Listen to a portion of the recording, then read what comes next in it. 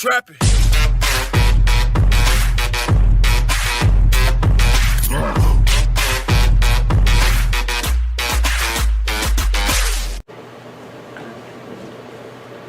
Hey, what's up, peoples? Welcome back to Stars with Boys podcast. I'm Jacob, and I'm doing it solo this week, which is the first time ever we've done it solo, which, I mean, I'm kind of bummed about, but I also gotta remember that for the first time in 34 weeks and just having to do it solo is honestly not that bad. There's just a lot going on and whatnot, and KJ couldn't join me this week because something last minute came up about Denver, so he's in Denver right now. So that, and then Hunter, he has his own thing going on, I believe. He also kind of works too. He kind of has a job too, so there's that. And I couldn't find anyone to be like a special guest or something like that for this week. And Braylen, he hasn't really been available for kind of a couple of weeks, which I'm not upset about. I mean, I know shit happens. I mean, I got a lot going on in my personal life too. Hopefully by next week we'll be filming the first episode in the new house because we're in an apartment complex kind of thing, and whatnot. So, and we hold on. Speaking of special guests. Hey, don't rail at me. He's like sitting right behind me. He's right here. This silly doggo. But anyways, I'll let you sit back down. Anyways, so as you guys know, we take the first 5 minutes to talk about whatever, the last 5 minutes to talk about whatever.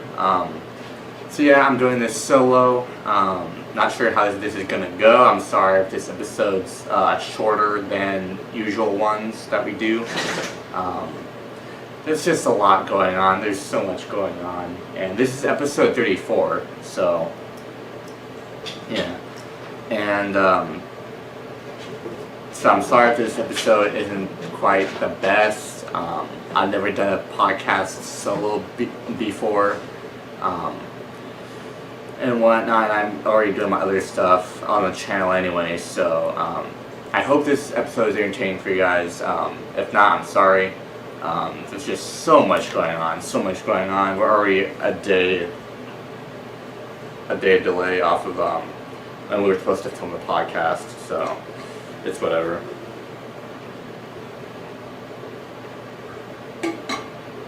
Yeah. And we got another interesting. I have another interesting halftime for you guys since I've been doing this by myself lately. I don't mind doing it by myself every now and then. It kind of bums me out because it's a lot of fun doing it with the guys, and I'm pretty sure you guys like it better that way too. But just I'm not sure how this episode is going to turn out. I'm not sure if I'm going to end up being happy with this episode. We have a few things on the channel that we're not necessarily happy with, but we keep them up there for the entertainment of you guys. But yeah, so it's a podcast, so I guess I should just be rambling. So as I'm filming this, we have a few days. You guys know that we filmed an episode a week prior from the episode release. That we are currently 2 to 3 days left until we move into the new house, so that's exciting. So hopefully by next week we'll be filming our first episode in the new house, which I'm looking forward to, and hopefully we get to have the guys back. Hopefully, fingers crossed. But it's because I called KJ and he wasn't available, and he said that he's in Denver. So I mean, Hunter, he hasn't been responding to me, so I'm assuming he hasn't been available. It sucks. I mean, I wish I had more people for backup, but unfortunately I don't. I mean, I tried Braylen, he's not responding. It's kind of a clusterfuck right now. It really is, and I know there's nothing special about this podcast, especially since I'm doing it by myself this week. So that's fun. But yeah, so I don't know, I might keep screen recordings going for you guys so that doesn't seem like too entirely boring until I address the topic for this week. Alright, so we're past the 5-minute mark, so that we did address the topic. So the topic for this week is DC Comics. So you guys remember that we did an episode on Marvel a while back. That was a lot of fun. Did that with Kirby and Hunter. But this week it's DC Comics, which I don't know what the fuck to do for this week for this week's episode because I'm not big into DC Comics. I only know that like a few superheroes are in DC, like Superman, Batman, all those kind of superheroes in DC Comics. But yeah, so that's the only amount that I know about DC Comics. But I don't know what the frick to talk about. I'm not going to start a screen recording just yet, but I'm just going to search up on Google DC Comics. Alright, so definition here. DC Comics is an American comic book publisher and the flagship of DC Entertainment.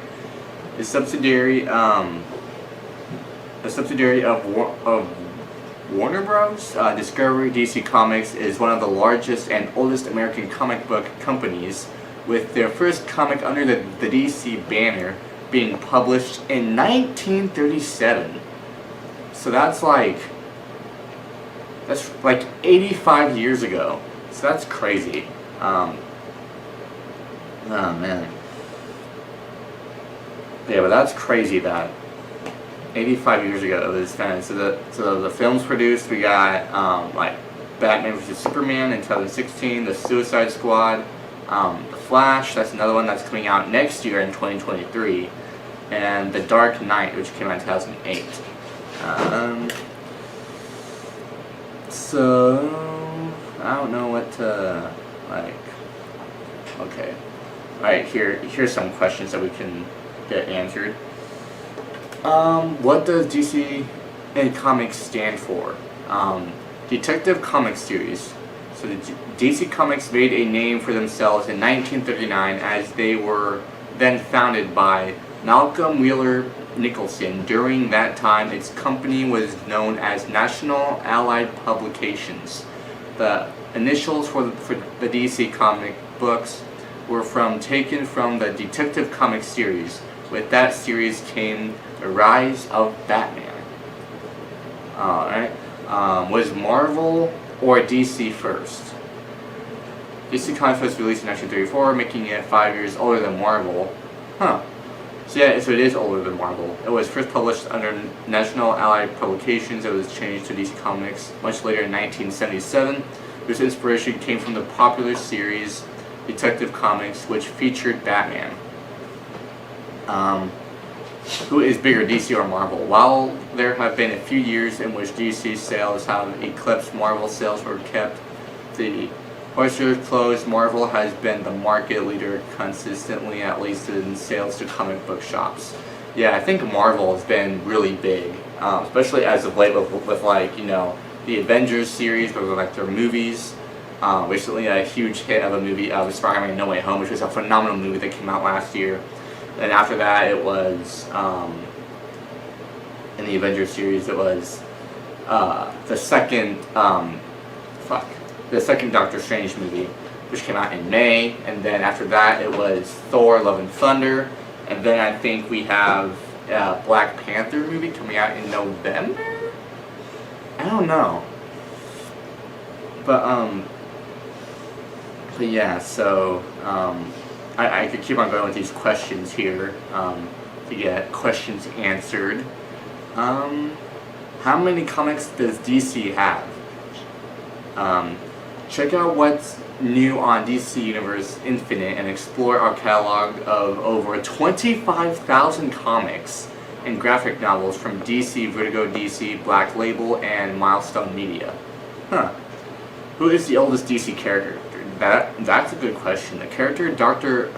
Occult, created by Jerry Siegel, and Joe Shuster in December 1935 within the issue number 6 of New Fun Comics is considered as the earliest recurring superhero created by DC that is still used. Wow. That's interesting. Who was DC's first superhero? Superman. Yeah, that's an obvious one.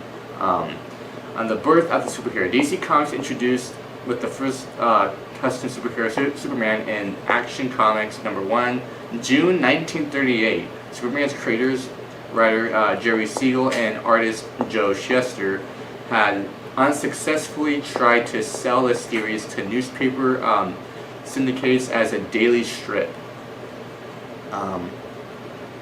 What are DC fans called? Generally, DC fans are used as chassis fans with low power consumption. They are supplied with DC power. These fans are also called 3-pin fans as they come with 3 pins. Huh, interesting. Who's stronger, Marvel or DC? Hold on, let me scroll down here. More of Marvel's characters have won in more categories, but DC's victors far outshine their competition. No one from the Marvel universe of the DC or the DC universe compares to Superman, whereas Iron Man and Hawkeye just barely edge out their rivals. Still, they'd say that Marvel has stronger characters for now. Yeah, which makes sense because you got Iron Man, Thor, Hulk, Captain America, Spider-Man, all those kinds of guys, those superheroes. So, so next up here, who is Marvel's Batman?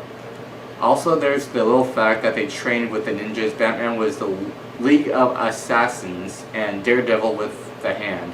Taking this into consideration, there's simple no doubt that Daredevil is Marvel's Batman. Interesting. Who wins, Thor versus Superman? Despite all evidence to the contrary, Superman soundingly defeated Thor when the two heroes actually fought. Their most meaningful intrigations came with the Marvel and DC universe, collided in Kurt Busiek's and George Peretz's JLA Avengers in 2003. Alright. Who is the strongest superhero ever? Yeah, Thor. Thor, God of Thunder, son of Odin, and Prince of Asgard. He is all of these things and more, and he is mighty. With the mighty hammer, Mjolnir at his side, Thor has few equals in the Marvel universe in the strength to match. More than any other character on the list, Thor's strength is surprisingly complicated. Who is the strongest in DC? How the fuck do you even say that name? Is not bound by any physical laws. His powers often appear magical, making him one of the most powerful beings in the universe.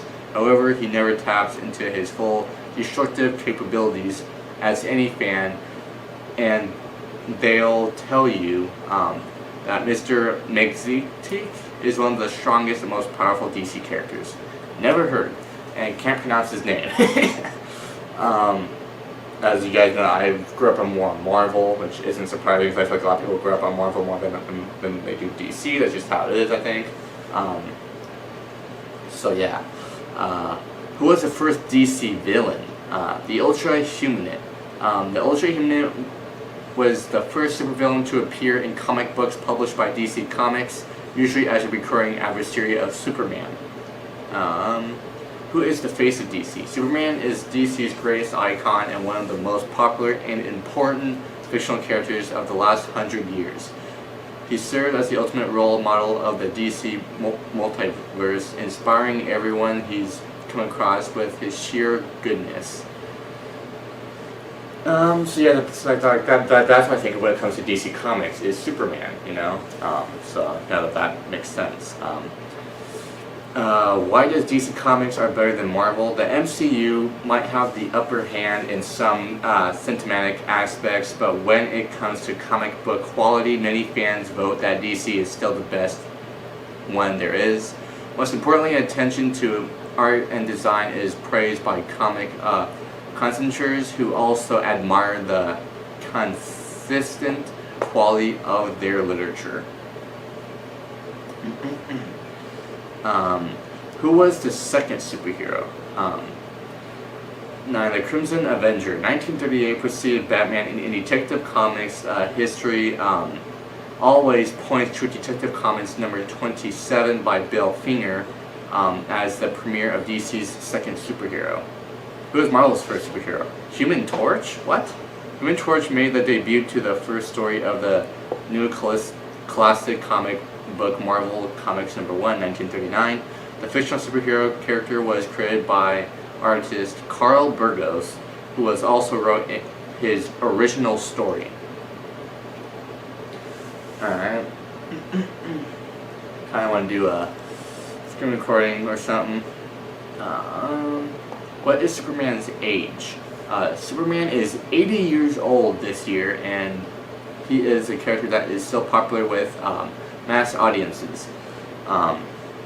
There are many reasons behind the character's longevity, but chief among them is the myth of the Messiah, the hero who sacrifices himself in order to return and bring new hope. Alright, who is the oldest superhero? Created by Lee Falk, USA, the first superhero was the Phantom, who debuted in his newspaper comic strip on February 17th, 1936. Wow. Yeah, so I want to go on YouTube here, because good old YouTube. And I want to see what pops up when I put, hold on, DC Comics.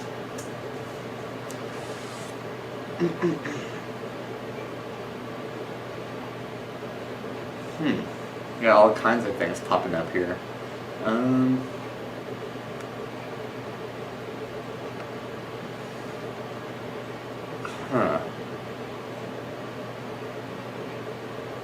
Okay, here we go. Attempting to explain DC Comics timeline. It's a 10-minute video. We can do that. 10 most powerful women of DC Comics. We could do that. Marvel versus DC Comics.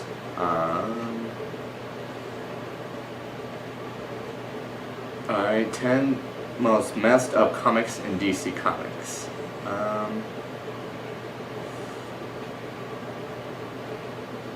Alright. So, hold on, just give me a second here, guys. We're going to do a screen recording, and then after that we get to halftime, so you guys know what, how that goes now.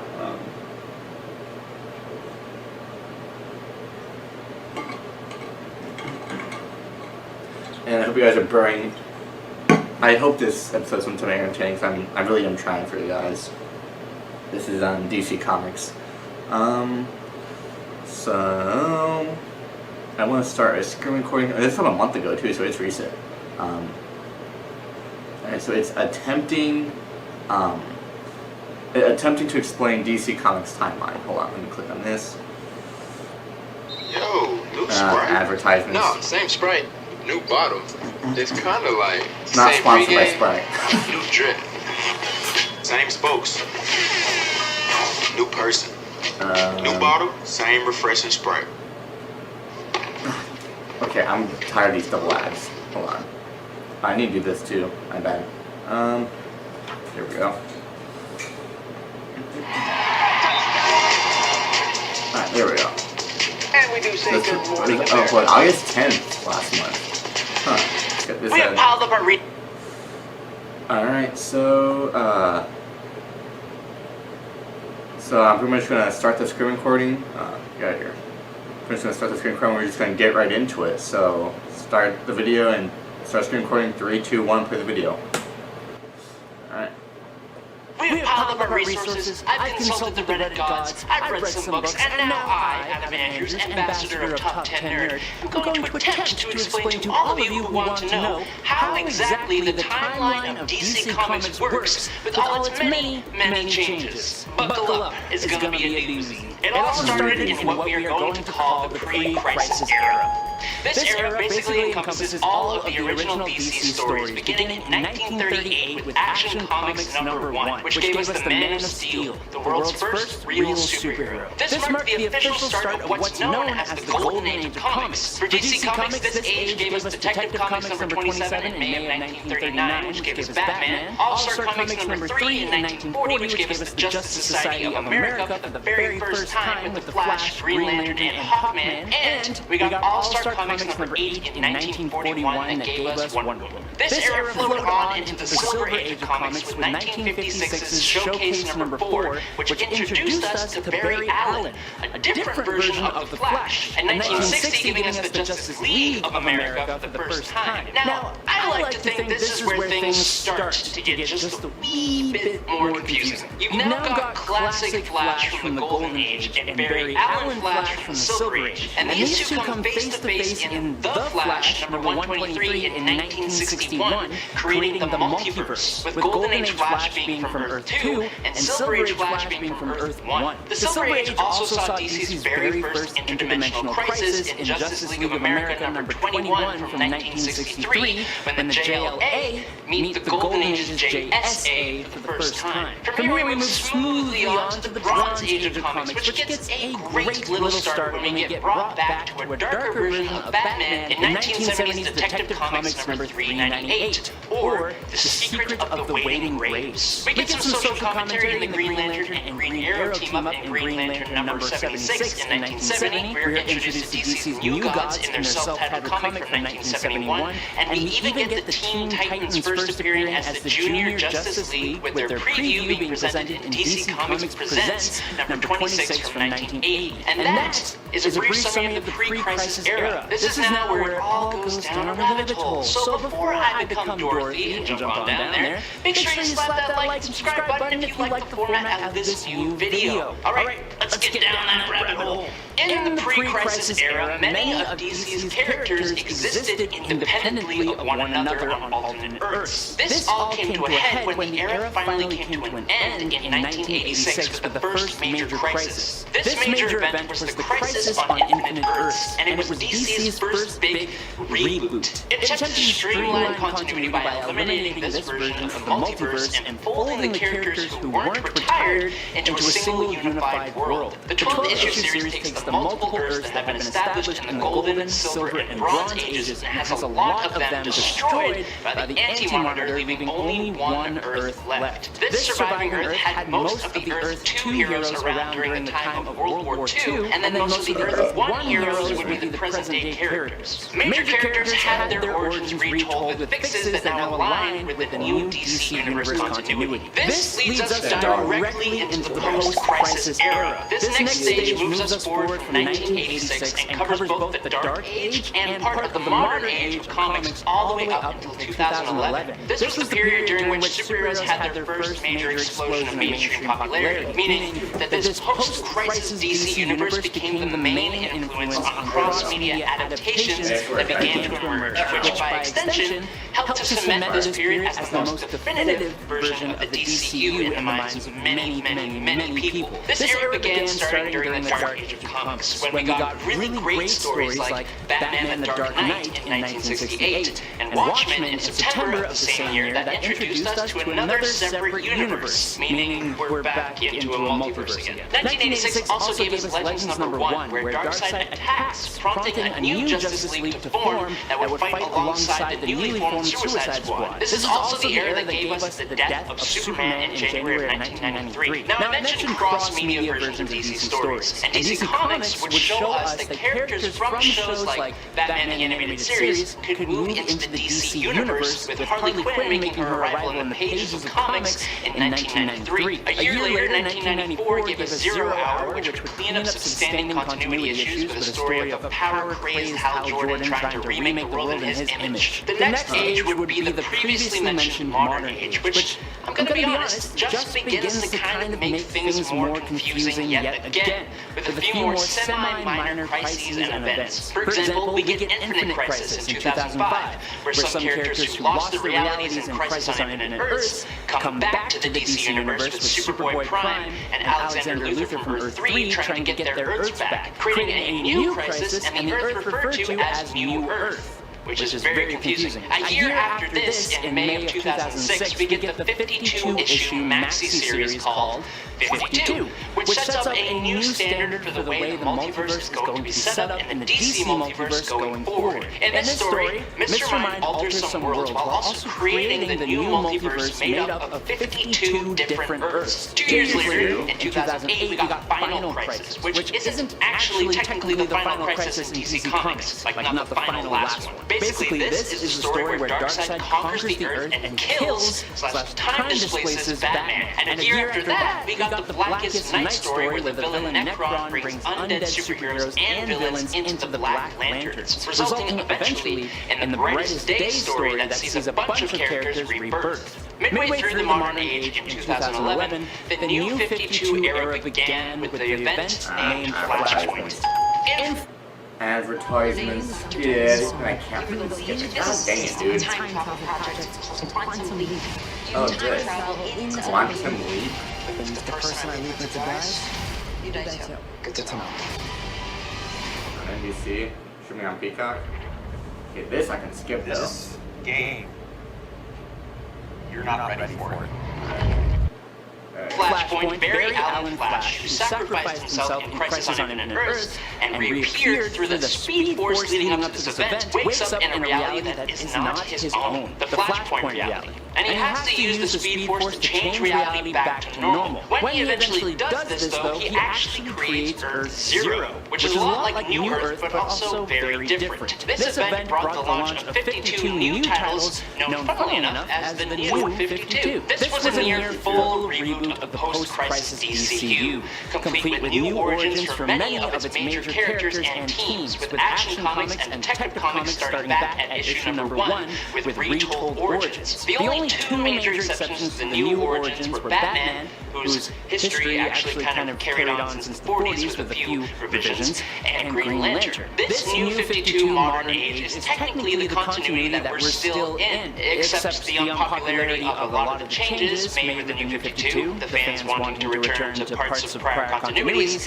and the confusingness of the reboot itself resulted in a number of elements of post-crisis continuity slowly seeping back into canon, with stories like Forever Evil in 2013, Convergence in June 2015, and DCU in August 2015. Now, all of this came to a head after the events of Darkseid War in 2016's DC Rebirth, a soft reboot which began the process of formally reintroducing elements of post-crisis continuity back into the mainstream DC universe. The most notable of these was the post-crisis Superman, with Action Comics returning to the pre-New 52 numbering scheme, with the character being reintroduced and then merged with the New 52 Superman, who was no longer alive at this point, to take back his place within the main DC universe. It resulted in a hybrid continuity, which was still a continuation of the New 52, but also made it really confusing to know what the heck was and was not continuity. This post-DC Rebirth became the Prime Age era that included stories like the awesome Dark Knight's Metal in 2017 and 2018,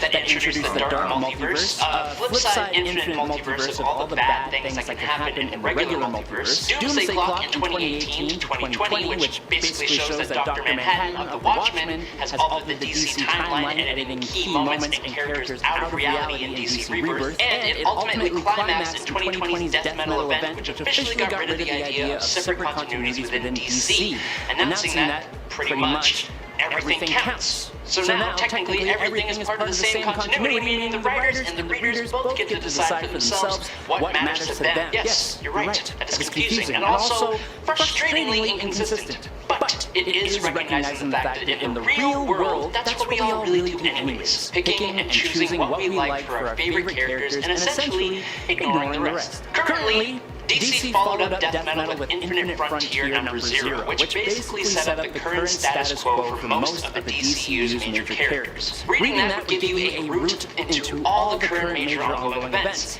and the Infinite Frontier Maxi series, which follows the big... Well, there goes the screen recording. So that pretty much sums up most of it, at least. So anyway, with that being said, we're gonna head straight into halftime here. So I hope you guys enjoyed the halftime. I feel like it's a somewhat better halftime compared to last week's. Considering it's more entertaining than me being in pain, basically. So hope you guys enjoyed. Yeah, so hold on, let me get a drink of water here. God, we're already halfway through this thing. I'm doing it by myself. It's exhausting.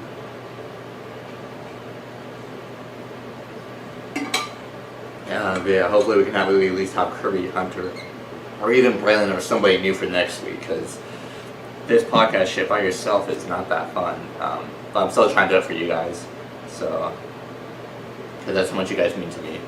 So, yeah. But yeah, so like, as a further ado, let's get straight into the halftime. Take it away, Path Jacob. Yeah, start halftime in 3, 2, 1, go. Hey guys, welcome back to Size It's the Boys Podcast Halftime. Welcome to episode 2 of Jacob Eats Gross Shit. Okay, sorry. So, if you guys haven't seen last week's podcast, I basically, for the halftime last week, I ate a dog treat. So that was fun. And then speaking of dogs, Odini. He has to wear a diaper because this poor guy currently has a UTI. If you guys don't know what UTI is, it's a urinary tract infection, I think. And basically, he's getting better though. Basically, he can't really control his own piss, which means he pisses. Like, he just randomly leaks and he didn't realize it. Like, right now, I think he's fucking pissing in his diaper. Come on, dude. Really? Good thing we have more freaking diapers anyway.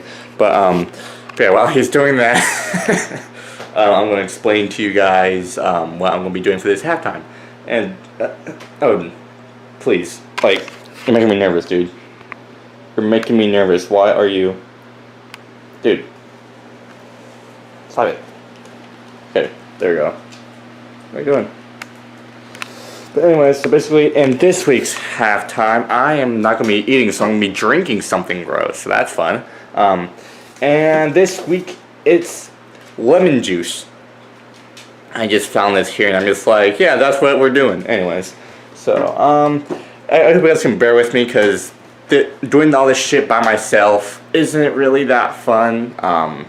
It's not. Considering that, I mean, yes, I know everyone has their own personal shit going on in their life, and I got stuff in mind too, but also I'm trying to stick with my word with the podcast, put out content for you guys while I'm in the middle of a freaking move, and yeah, so that's fun. But yeah, as you guys know, we're apparently in an apartment complex area in Florida. Okay, why? Why, dude?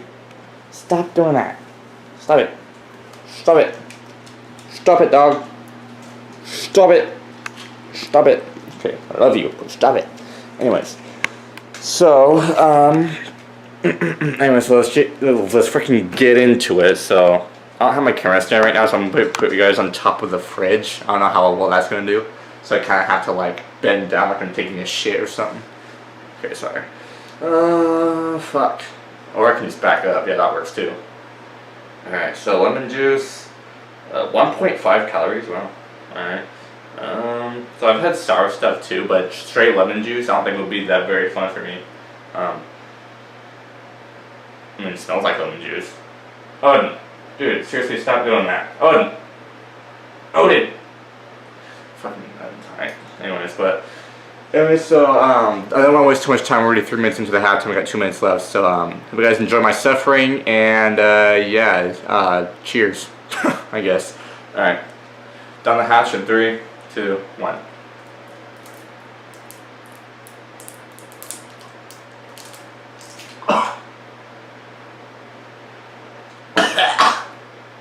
Holy shit.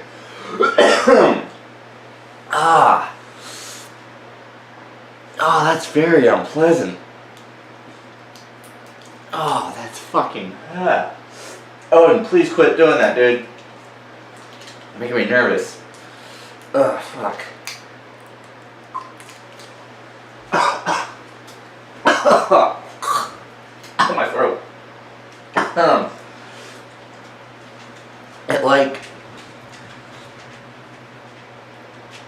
It it catches me off guard because it doesn't give you time to swallow. Like once you squeeze, it goes over area, goes down your freaking throat. And that's what she said. Oh, that's not what she said. I don't freaking know. Oh my god. That is unpleasant. I need some water after that shit. Oh my god. I'll do it one last time. Fuck it.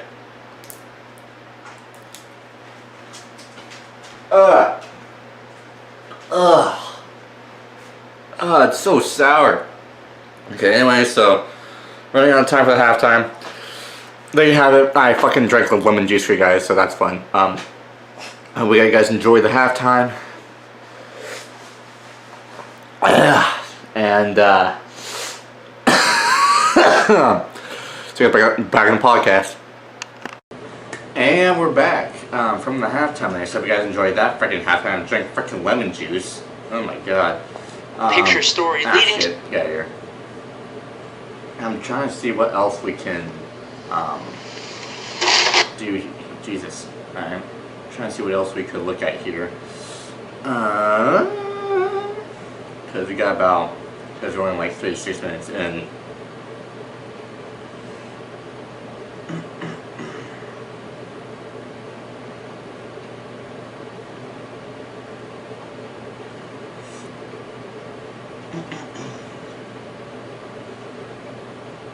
Trying to see here.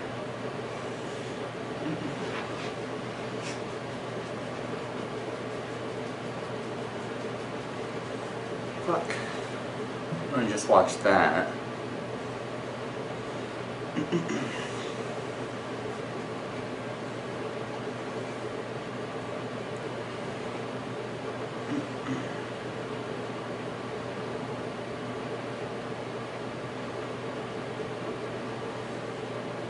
Oh, this is from 3 days ago. DC Comics rebooting the universe again?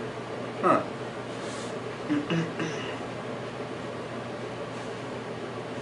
I can check this out. DC Comics is rebooting their universe. Alright. Start screen recording. 3, 2, 1. Play. Alright. Play the video. DC Comics is rebooting their universe once again, and this time it's going to be the dawn of the DCU. Even though the DCU's been out there for, I don't know, decades upon decades at this point, they need a reboot. Absolutely. And I've got all the details. I've got some very interesting covers to show you. What can we glean from that? And there's definitely something going on with Nightwing by the end of Dark Crisis on Infinite Earths. And I also have an update on Joshua Williamson, the architect of Dark Crisis on Infinite Earths. Now let's get to the details that we do have. DC Comics announced the next era for its universe, Dawn of the DCU, and it all spins out of Dark Crisis on Infinite Earths number 7. The series finale hitting shelves December 20th, where the remaining heroes of Earth Prime will have an all-out battle with Deathstroke's Dark Army, but what DC is calling the final war is just getting started. The Justice League has been restored alongside the Infinite Earths, but of course there's a cost. DC Comics needs a reboot, that is absolutely correct.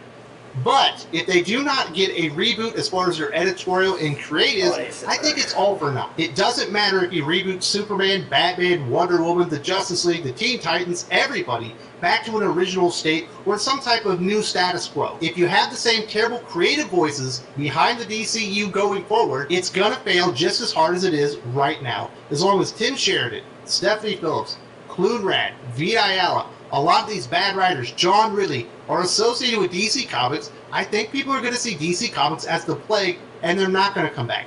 Hopefully, fingers crossed, the information we got regarding the golden era and Jeff Johns returning to an ongoing at DC Comics is a harbinger of things to come, and perhaps Jeff Johns will have a bigger creative voice as far as what DC Comics are going to do in the future. I absolutely love DC Rebirth. They outsold Marvel for a short period of time, but what they did with Rebirth was the right answer for DC Comics. Go back to the basics, go back to the core of who the characters are, and restart their universe, and hopefully get it right this time.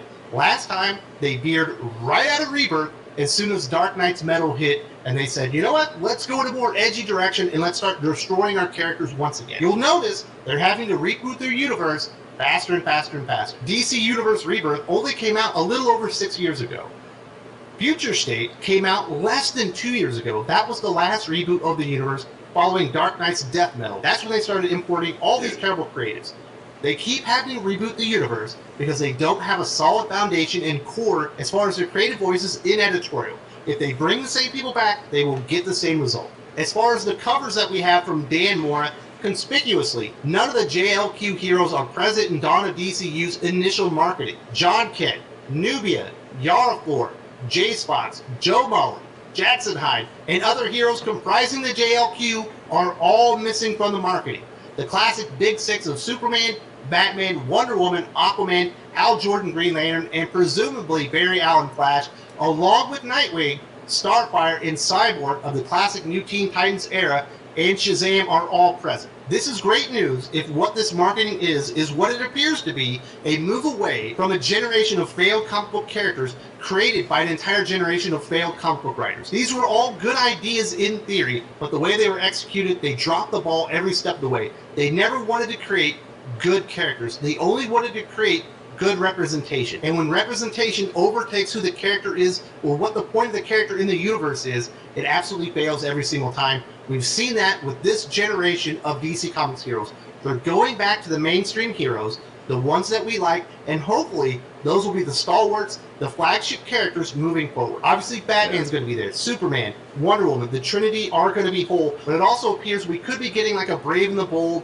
Green Lantern, Flash team-up look, which I think will be very good. I think people would like that one. Obviously, you still want to restore Flash as a solo title to the prominence that it was before, where it was a perennial like top 20 seller. But it looks like the new Teen Titans, the best era of Teen Titans ever, are going to be coming back. The Marv Wolfman, George Perez team with Nightwing in the lead, but it looks like they have bigger plans for Nightwing as well.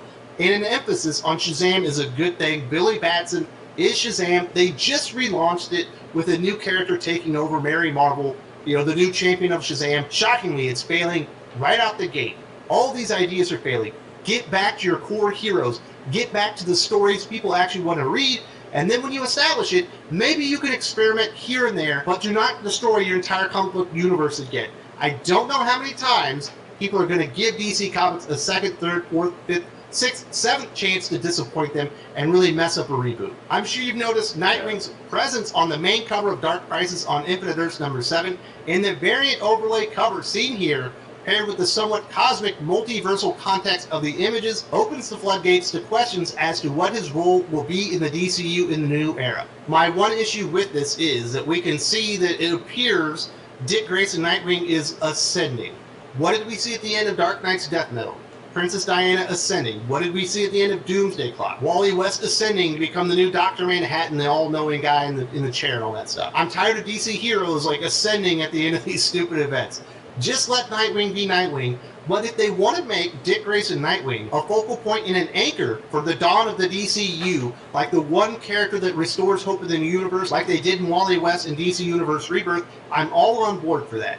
If he dies and ascends and becomes like some type of cosmic entity, no thank you, I do not want that. But we do have the other Dan Mora cover that shows him with the new Teen Titans.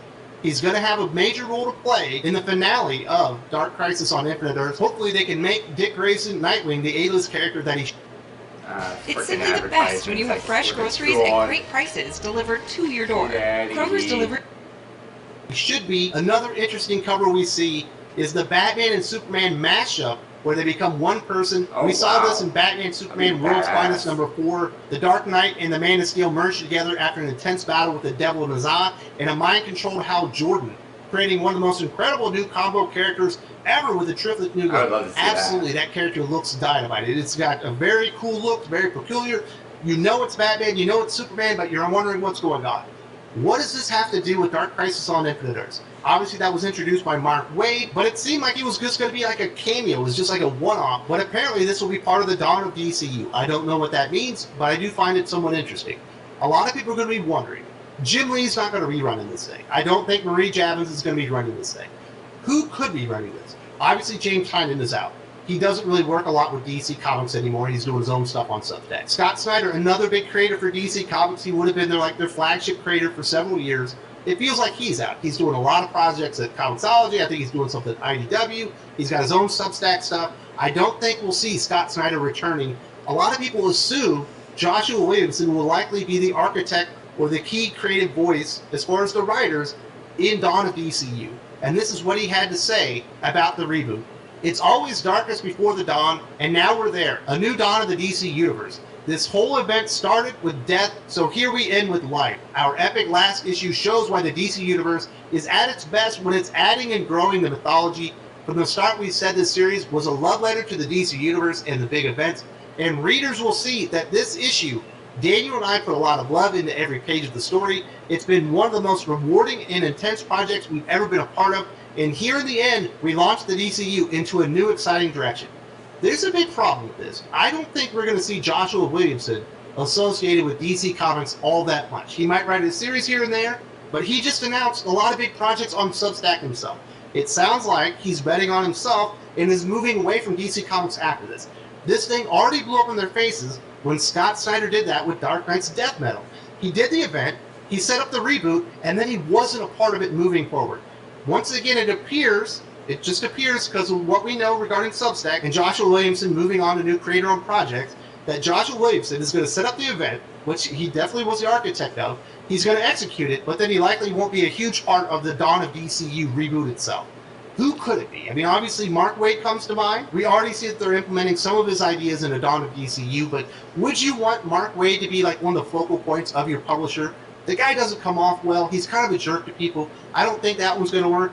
The best case scenario is Jeff Johns returning to a prominent creative and directorial role as far as DC Comics, but he's probably too expensive. I think the reason we got all these terrible writers is because they're really cheap. Jeff Johns definitely isn't going to be cheap, especially if he's just like a writer. Maybe they'll bring him back as a new chief creative officer or something like that, or the general manager, and throw a boatload of money at him.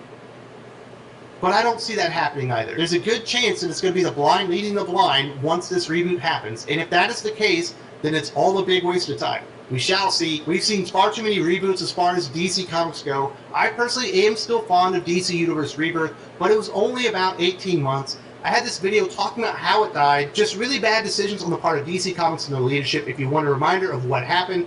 Also, there's a link in the video description if you're on a mobile device. It's gonna be a touchdown. Oh my god. Hulu. This is not sponsored by Hulu either. America. Oh my god. Get that out of here. Oh man. Oh, there goes just in time for screen recording to end. But to end it off, I kind of want to do the movies. So I feel like that's a big part of DC and Marvel, their movies, right? So.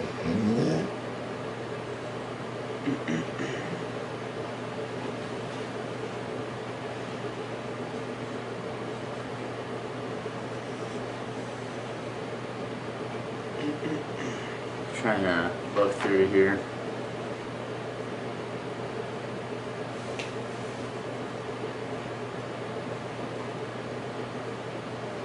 Looks like we got a few trailers for movies too.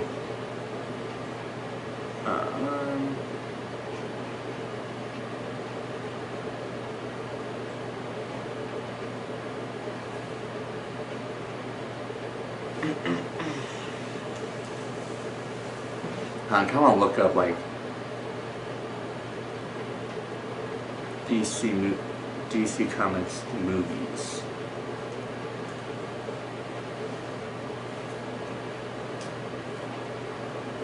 The Suicide Squad was a recent one.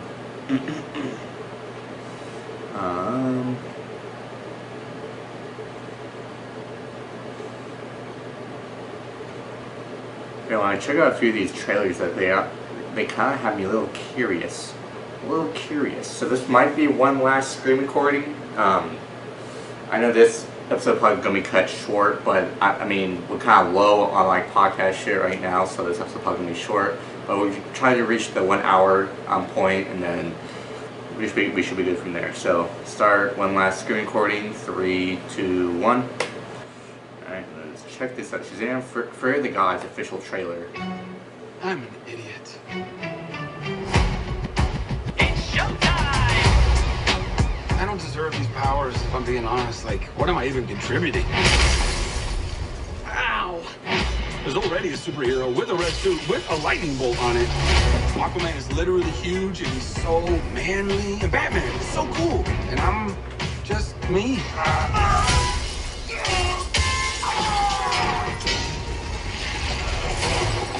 Oh my god. I feel like a fraud.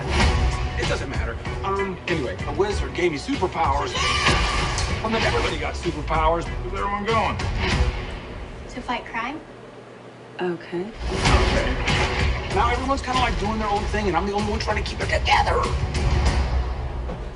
You understand I'm a pediatrician, right? Come on! Now let's get down to business. Listen to me, Billy. The fate of your world depends on it. What is this? The daughters of Atlas are coming for you. Children store the power of all the gods. This is very personal, Billy.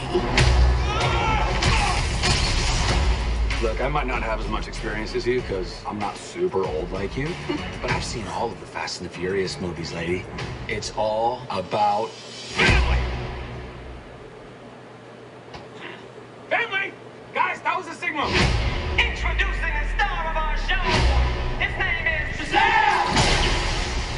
Now let's get down to business. The world will not survive this. I don't know how we fight powers like this. You think I know how to fix this dude, but I really don't. Billy, everyone can be worthy. Let's give it a chance. Now go fight for your family. Go fight for the world. Step right up. You wouldn't want to be anywhere else in the world right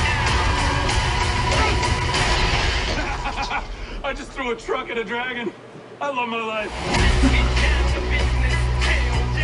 Shazam! Fury of the Gods. Only in theaters. So, March of 2023. Yeah, that's another one. Another huge one is Black Adam, because of Dwayne The Rock Johnson, played by Dwayne The Rock Johnson. Black Adam. Yeah, because I recently seen this trailer in theaters too, and I'm hyped for it. I can't remember when it comes out, but let's check it out.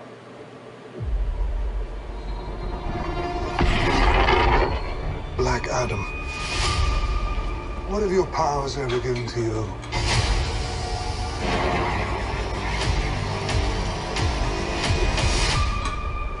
Nothing but heartache.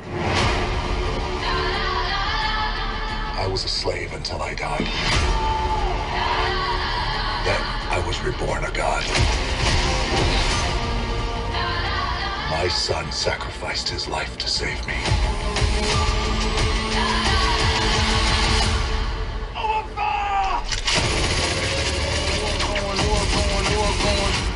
Now, I kneel before no one. In this world, there are heroes. In my city wherever I go. And there are villains. Heroes don't kill people. Well, I do.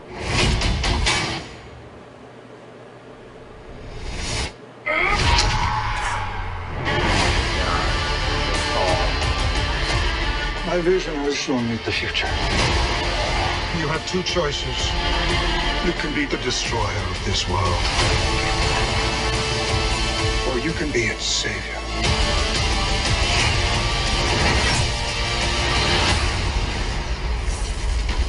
That's up to you.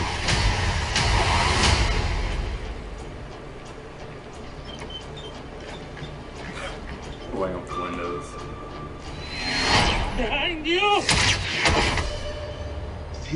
to Rocky? Go to Rocky.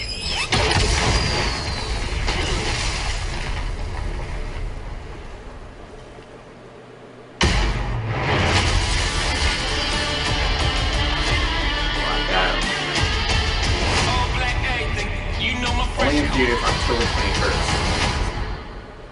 I want to see that. I want to see that. I'm really curious what that looks like.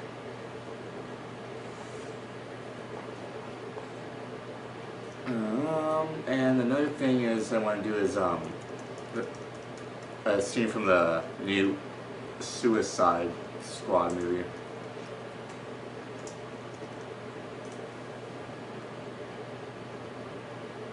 These are trailers.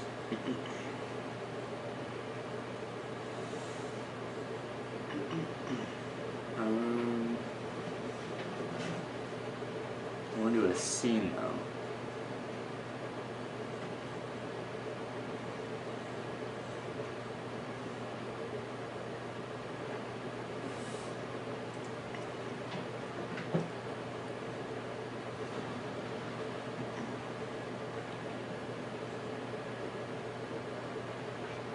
I remember this being an iconic scene right here.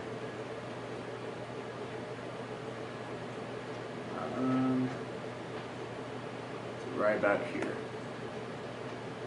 If you're going back to school, before you submit your essays, run it through Grammarly to quickly check for spelling, punctuation.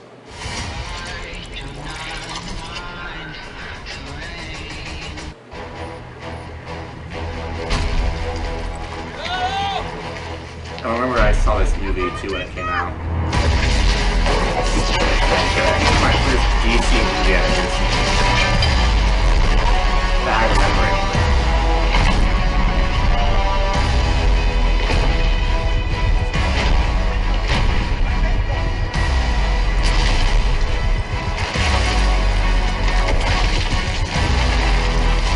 I think it's trying to get out. What? Starro, I love that freaking shark.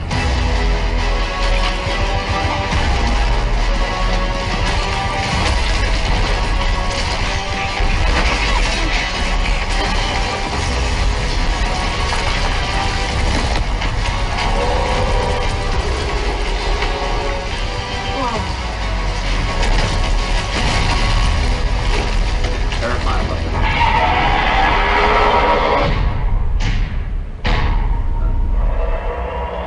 ¿Qué diablos es eso? ¡Disparen! ¡Disparen!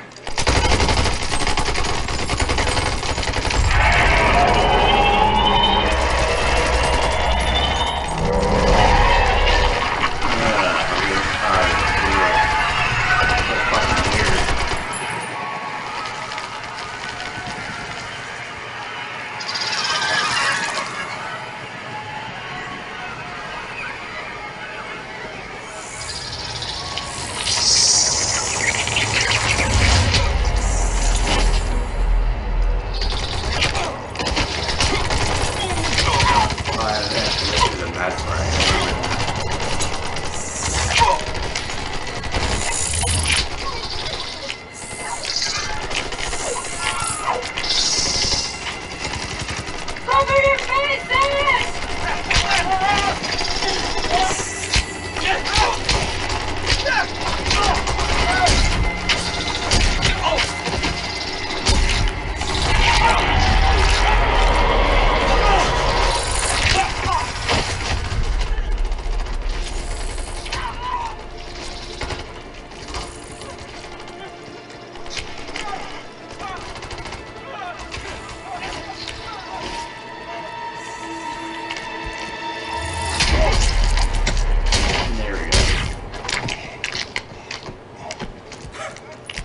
Trying to get him.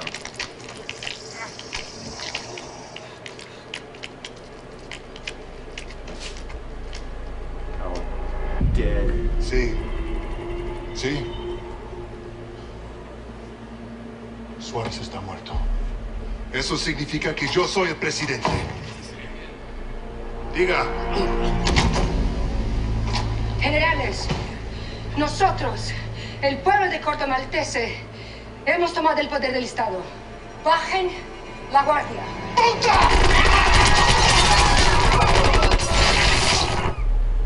They're all dead.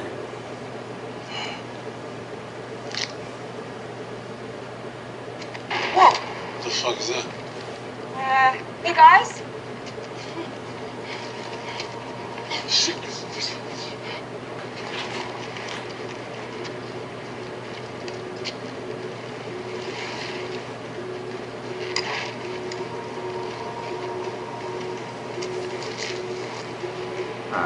Fucking weird. This city is mine.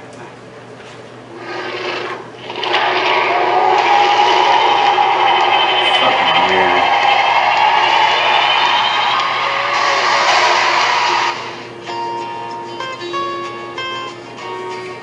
Oh man. Well, anyway.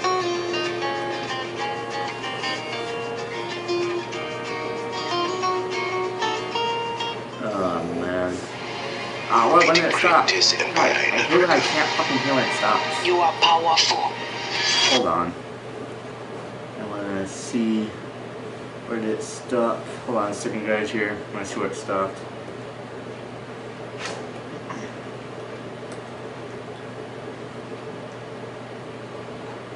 Let's see where it stopped.